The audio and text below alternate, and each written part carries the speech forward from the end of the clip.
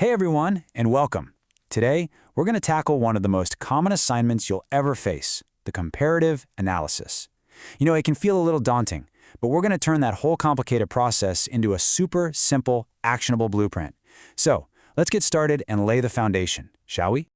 Okay, so picture this. You've got two different articles, maybe two books, both on the same topic, and you're supposed to compare them. Where do you even begin? It feels like a lot, right? Well, don't worry. By the end of this, you're going to have the complete architectural plan to build a really strong, insightful analysis right from the ground up. Every good building has to start with a solid foundation. So before we even think about building the essay itself, let's get totally clear on what a comparative analysis actually is. Now, the key word here, the one I really want you to focus on, is arguments. See, you're not just reporting what each author said. Nope. You are putting their core ideas into a conversation with each other. You're looking at how they build their cases, where they see eye to eye, and, of course, where they totally disagree. It's all about the how and the why, not just the what. This right here is probably the most important distinction to make. A comparative analysis isn't about just listing facts from one text and then listing facts from the other. That's a summary. What you're doing is an active creation.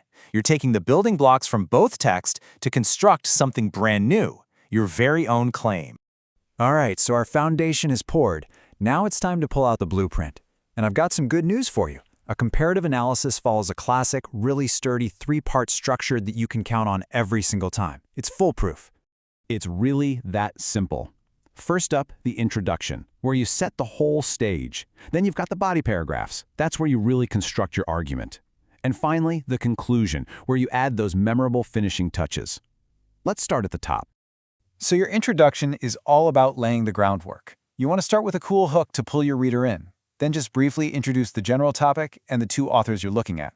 But the most important piece of this whole section, the real engine of the entire essay, is that final sentence, your thesis statement. Now, your thesis is doing some serious heavy lifting here. It has two critical jobs to do. First, it's got to signal the main points of comparison you're going to talk about. But second, and honestly this is the more important part, it has to make a claim. It needs to answer the big "so what" question. What does this whole comparison actually teach us? What new idea does it reveal? That is your argument. Okay, let's move on to the body of the essay and see how this all gets built. This is where you construct your case, basically brick by brick. Each body paragraph should focus on just one of those points of comparison you promised in your thesis. Kick it off with a topic sentence that clearly states the point, pull in some evidence, quotes or paraphrasing, and then, and this part is key, explain in your own words how that evidence actually supports your claim. And finally, we get to put the finishing touches on with the conclusion. Here, you're going to briefly summarize your main points, restate that powerful thesis but in fresh language, and leave your reader with one final big takeaway. The golden rule here? Absolutely no new information. Don't bring in a new idea or a new analysis. Its job is just to wrap things up beautifully, not to start a whole new conversation. Okay, so the blueprint is great, right? But what happens when you're just staring at a blank page, struggling to even find those points of comparison? Well, that's when you need a good toolkit to get the job done. Think of this next part as your secret weapon. Seriously, anytime you feel stuck, just pull out this list of 5 simple questions. The answers you come up with, those become the core points of your analysis. They are the very things you'll put in your thesis and build your body paragraphs around. This is how you generate those amazing points of comparison. Just ask yourself, are their main arguments totally different? Are they writing for other experts or for everyday people like you and me? Is one author super emotional while the other just relies on cold, hard data? When you ask these questions, you move right past the surface stuff and get to the real heart of the analysis. And here's a pro tip for you, a little something that will instantly make your writing so much better. Always, always attribute arguments to the authors themselves. Don't just say, "the article says," say, "Smith argues that." This simple little shift in language keeps your focus exactly where it needs to be, on analyzing the specific choices and claims that these writers are making.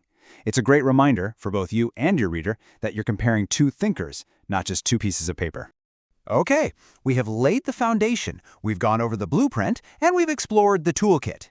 Now, let's just put it all together with a quick checklist for those final finishing touches on your masterpiece. Think of this as your final walkthrough.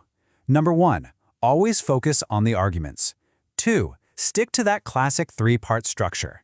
3, if you're stuck, you've got the 5-question toolkit. And 4, always name the author. Just keep these 4 things in mind, and you are going to be on the right track, for sure. At the end of the day, I want you to remember this. A comparative analysis isn't just another assignment. It is an opportunity for you to create your own argument, to find a new insight by putting 2 different ideas into conversation. So the question isn't just, how are these texts different? The real question is, what does that difference actually reveal?